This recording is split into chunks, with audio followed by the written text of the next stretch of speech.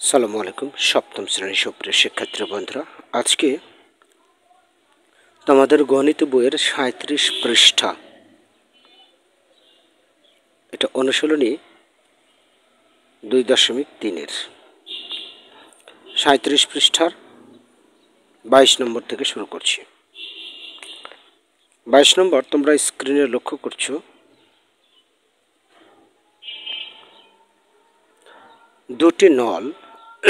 দুটি নল দ্বারা একটি খালি চৌবাচ্চা যথাক্রমে ২০ মিনিটে এবং ৩০ মিনিটে পানি পূর্ণ করা যায়। চৌবাচ্চাটি খালি থাকা অবস্থায় দুটি নল একসাথে খুলে দেওয়া হলো। প্রথম নলটি কখন বন্ধ করলে চৌবাচ্চাটি ১৮ মিনিটে পানি পূর্ণ হবে? তার মানে প্রথম নল বন্ধ করতে হবে, দ্বিতীয় নল দ্বারা ১৮ মিনিটে পানি পূর্ণ করা লাগবে। তো দুটি নল প্রথমে একসাথে খুলে দিয়েছিল, কিছুক্ষণ পর বন্ধ করেছে, সেই কতক্ষণ পর বন্ধ করতে হবে সেটাই বের করতে হবে। তো দ্বিতীয় নল দ্বারা ৩০ মিনিটে কিন্তু পানি পূর্ণ হয়। সো আমরা সেখান থেকেই দ্বিতীয় নলের কাজটা আগে করে নিতে পারি। কিভাবে? আমরা লিখতে পারি এইভাবে যে দ্বিতীয় নল দ্বারা ৩০ মিনিটে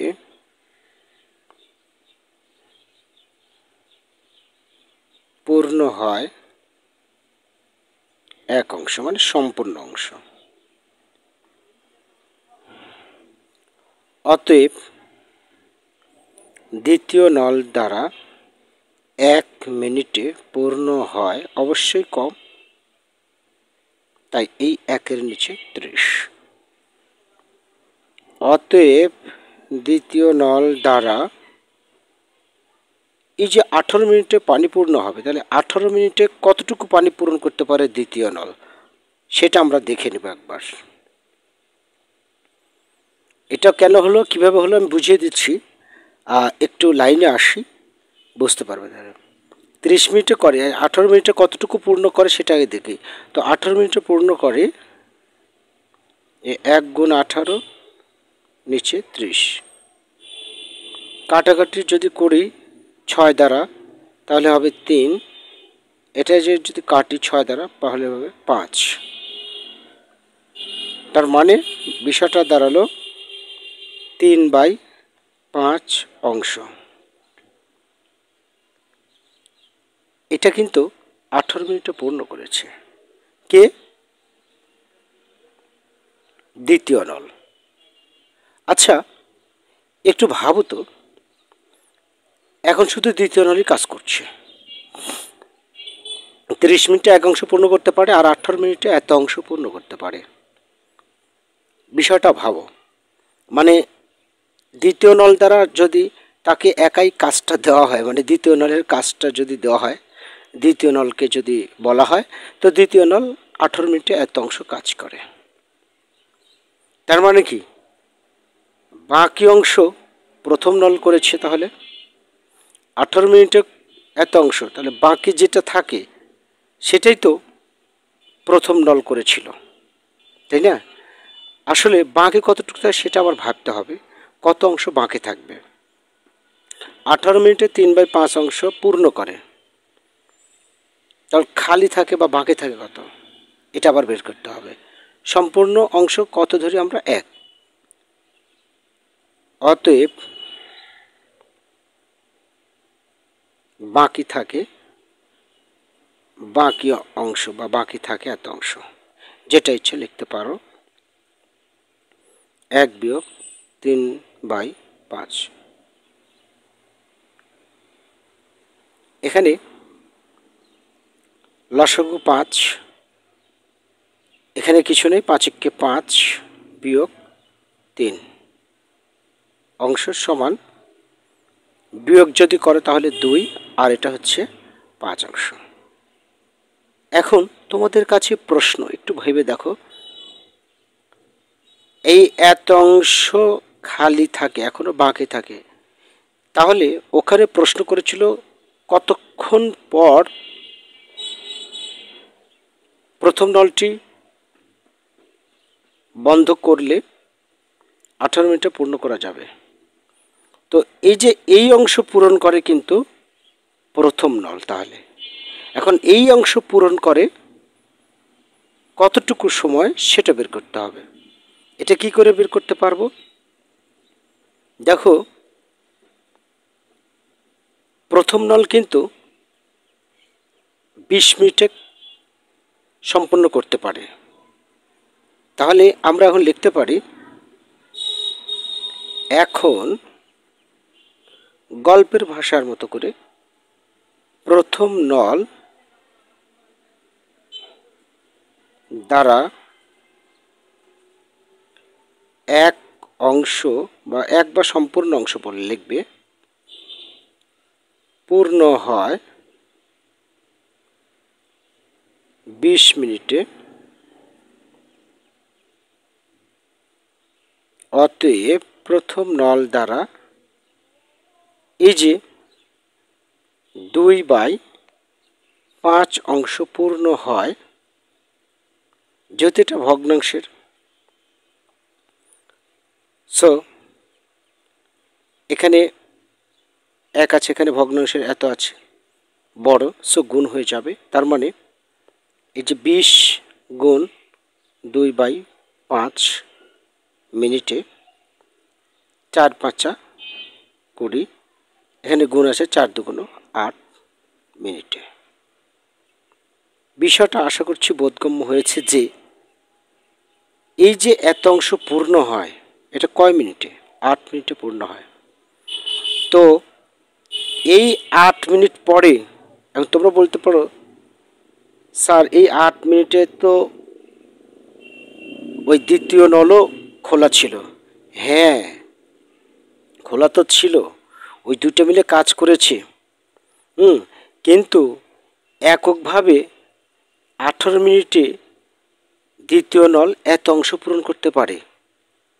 সেই প্রথম থেকে শুরু করে মোট 18 মিনিটে এত অংশ পূরণ করতে পারে।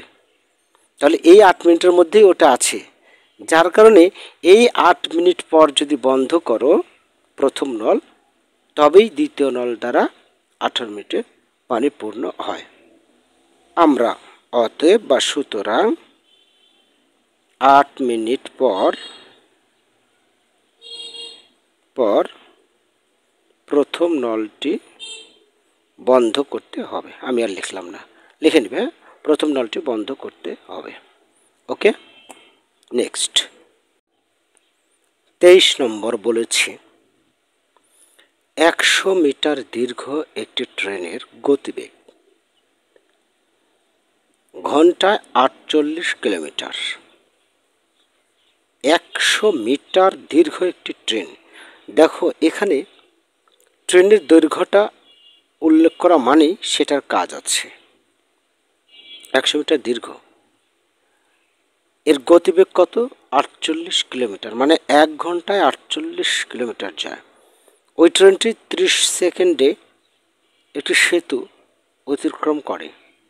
মাত্র 30 সেকেন্ডে একটি সেতু অতিক্রম করে। সেতুটির দৈর্ঘ্য কত হবে? সেতুটির দৈর্ঘ্য কত হবে এটা বের করার জন্য প্রথম অবস্থায় এখানে এই যে 1 ঘন্টায় 48 কিলোমিটার যায়, আবার এদিকে বলছে 30 সেকেন্ডে একটি সেতু অতিক্রম করে, তাহলে ঘন্টা আর সেকেন্ডের একটা বিষয় আছে। আবার ট্রেনের দৈর্ঘ্য মিটারে প্রকাশ আছে, এখানে একটা বিষয় আছে। তো এই জন্যে যে কোনো একটা এককে রূপান্তরিত করতে হবে, আর সহজ একক সেটা হচ্ছে সেকেন্ডে রূপান্তরিত করব। ঠিক আছে, তারপরে কিলোমিটারকে মিটার করব, তাহলে আমাদের কাজটা সহজ হবে। তো আমরা জানি, বা এক সরাসরিভাবে লিখতে পারো, বড়দের জন্য এটা স্যার। আমরা জানি 1 ঘন্টা সমান 60 মিনিট সমান 60 গুণ 60 সেকেন্ড সমান 3600 সেকেন্ড, তাই না? তার মানে 1 ঘন্টা সমান 3600 সেকেন্ড এবং 1 কিলোমিটার সমান 1000 মিটার। অতএব 1 কিলোমিটার সমান 1000 মিটার। অতএব কত কিলোমিটার? 48 কিলোমিটার সমান 48 গুণ 1000 কিমি মানে কিলোমিটার সমান মিটার। যেহেতু 1000 দিয়ে দিলাম তাহলে মিটার প্রকাশ হয়ে গেল, তার মানে 48,000 মিটার। এখন আমরা কাজ করতে পারি কত সেকেন্ডে কত কিলোমিটার মিটার যায় সেই হিসাবটা। এখন একটু লক্ষ্য করে দেখো, 3600 সেকেন্ডে এত মিটার যায়, 30 সেকেন্ডে কত মিটার যায় বের করলে আমাদের কিন্তু কাজটা আগায় আসছে, তাই না? কাজটা দ্রুত বুঝে যাব। এখানে 1 ঘন্টা এত কিলোমিটার মানেই এত সেকেন্ডে এত মিটার যায়, 30 সেকেন্ডে কতটুকু যায় তাহলে আমরা বের করতে পারবো খুব সহজে। তাহলে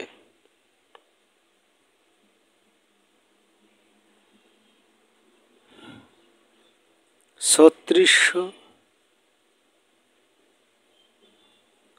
সেকেন্ডে যায় 48,000 মিটার। অতএব 1 সেকেন্ডে যায় একটু কম হবে, তাহলে অবশ্যই ভাগ হবে, ভাগ মানে এটা উপরে যাবে, ভগ্নাংশে এটা নিচে আসবে। অতএব কত সেকেন্ডে? 30 সেকেন্ডে। 30 সেকেন্ডে আবার একটু বেশি যাবে, এই কারণে যে এটা যাচ্ছে 1 সেকেন্ডে এত, 30 সেকেন্ডে অবশ্যই বেশি যাবে, মানে সবসময়ের জন্য আগের লাইনের সাথে তুলনা, এই লাইনে তুলনা করবো আগের লাইনের সাথে। 1 সেকেন্ডে এত মিটার যায়, 30 সেকেন্ডে একটু বেশি যাবে, তার মানে 48,000 গুণ 30 36,000, আচ্ছা এত মিটার। এখান থেকে আমরা কাটাকাটি করে যে অপশনটা বের করতে পারি সেটা হলো, এটা দিয়ে যদি এটাকে কাটি, মনে মনে ধরো এই শূন্য আর এই শূন্য কেটে গেল, থাকলো 360। 360কে 3 দ্বারা যদি ভাগ করে তাহলে হবে 100, 60 3 দ্বারা ভাগ করলে 3 20 60 120, অর্থাৎ 30 দ্বারা যদি 3600কে ভাগ করো তাহলে হবে 120। 120 দ্বারা যদি এটাকে কাটো, এই শূন্য আর এই শূন্য চলে গেল মনে করো, তারপর দুটি শূন্য থেকে গেল, 12 দিয়ে 48কে করলে 4 আর দুটি শূন্য, তার মানে 400 মিটার। বাহ, 400 মিটার আমরা কিন্তু পেয়ে গেলাম যে 30 সেকেন্ডে 400 মিটার যায়। এখন এই 400 মিটারে কিন্তু ট্রেনটি 400 মিটার অতিক্রম করেছে 30 সেকেন্ডে। এখানে বিষয় হলো, লক্ষ্য করছো যে 100 মিটার দীর্ঘ ছিল ট্রেনের দৈর্ঘ্য ছিল হচ্ছে 100 মিটার, তার মানে এই যে 400 মিটার অতিক্রম করেছে তার সাথে কিন্তু ট্রেনের 100 মিটারও আছে। তো আমরা সহজে লিখতে পারি, যেহেতু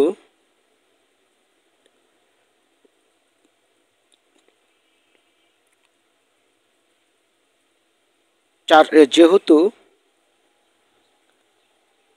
400 মিটার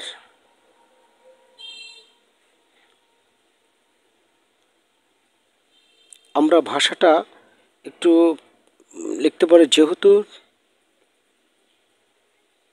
ট্রেনটি 400 মিটার অতিক্রম করার সময়, এই কথাটা লিখতে পারি, যেহেতু ট্রেনটি 400 মিটার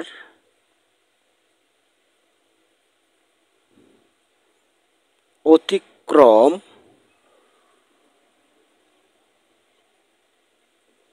করার সময়, খুব গল্পের ভাষা লিখতে হবে, করার সময় ট্রেনটি তার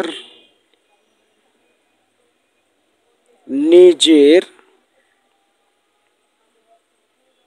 দৈর্ঘ্য ও অতিক্রম করে,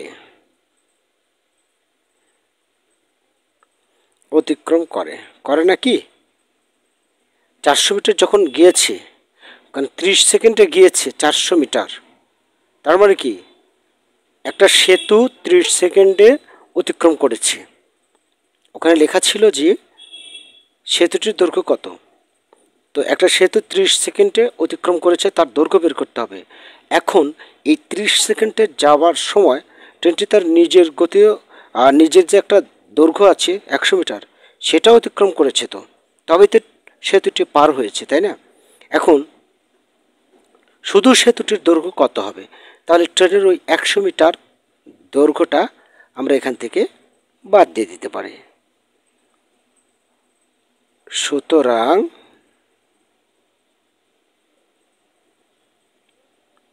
সেতুর দৈর্ঘ্য হবে, সেতুর দৈর্ঘ্য এই যে 400 বিয়োগ 1 মিটার সমান 300 মিটার, এটাই উত্তর। অতএব সেতুটির দৈর্ঘ্য হবে এত মিটার। আশা করি বুঝতে পেরেছ। 24 নম্বর বলেছে 120 মিটার দীর্ঘ একটি ট্রেন, মানে ট্রেনের দৈর্ঘ্য এবার 120, 330 মিটার দীর্ঘ একটি সেতু অতিক্রম করবে। ট্রেনটির গতিবেগ ঘন্টায় 30 কিলোমিটার হলে সেতুটির অতিক্রম করতে ট্রেনটির কত সময় লাগবে? এবার একটু অতিরিক্ত কি যুক্ত হচ্ছে, কিছুই না, অতিরিক্ত বিষয়টা হচ্ছে এবার সেতুটি অতিক্রম করতে কত সময় লাগবে সেটা বলেছে, আর আগে ছিল সেতুটির দৈর্ঘ্য কত। এখন সেতুটি যদি অতিক্রম করতে চায়, তাহলে এই যে 330 মিটার দীর্ঘ একটি সেতু, সেটা অতিক্রম করতে হলে তার নিজের দৈর্ঘ্যটাকেও অতিক্রম করতে হচ্ছে। এখন সেই অতিক্রম করতে কতটুকু সময় লাগছে সেটা বের করতে হবে। গতিবেগ দেওয়া আছে, সমস্যা নাই, ঘন্টায় 30 কিলোমিটার। হ্যাঁ, তো এখানেও আমরা কিলোমিটারকে মিটার করব আর সেকেন্ড করব, তাহলে ইনশাল্লাহ সেটা সহজ হয়ে যাবে। এখানে হয়তোবা সেকেন্ডে নাও আসা লাগতে পারে, আমরা শুরু করি, দেখি কতটুকু আসে।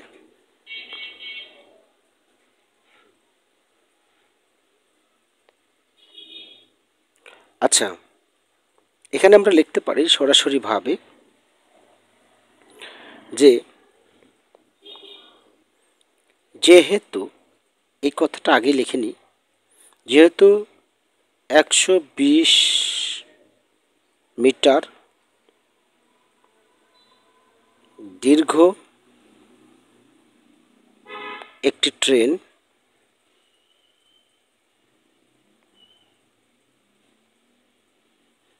ট্রেন 330 মিটার সেতুটি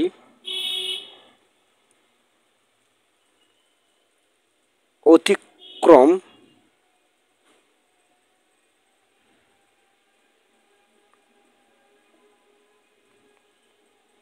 করবে। এখানে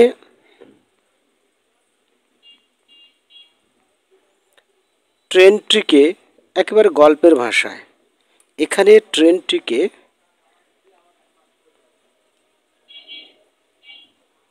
তার নিজের দৈর্ঘ্য অতিক্রম করতে হবে, তাই না? অতিক্রম করতে হবে বিষয়টা, তাই না? যেহেতু 120 মিটার দীর্ঘ একটি ট্রেন 330 মিটার সেতু অতিক্রম করবে, এখানে ট্রেনটিকে তার নিজের দৈর্ঘ্য অতিক্রম করতে হবে। তখন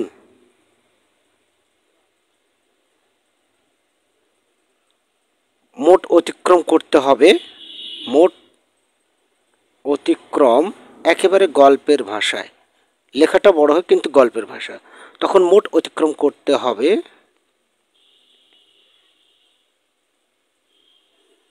কত? এই যে 120 মিটার আর 330 মিটার, কত হচ্ছে তাহলে? 300, 400, 440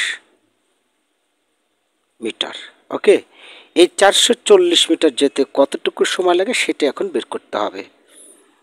তো এখন আমরা 440 দিয়ে কাজ করব, ঠিক আছে? অপারে সেটা কি? এখন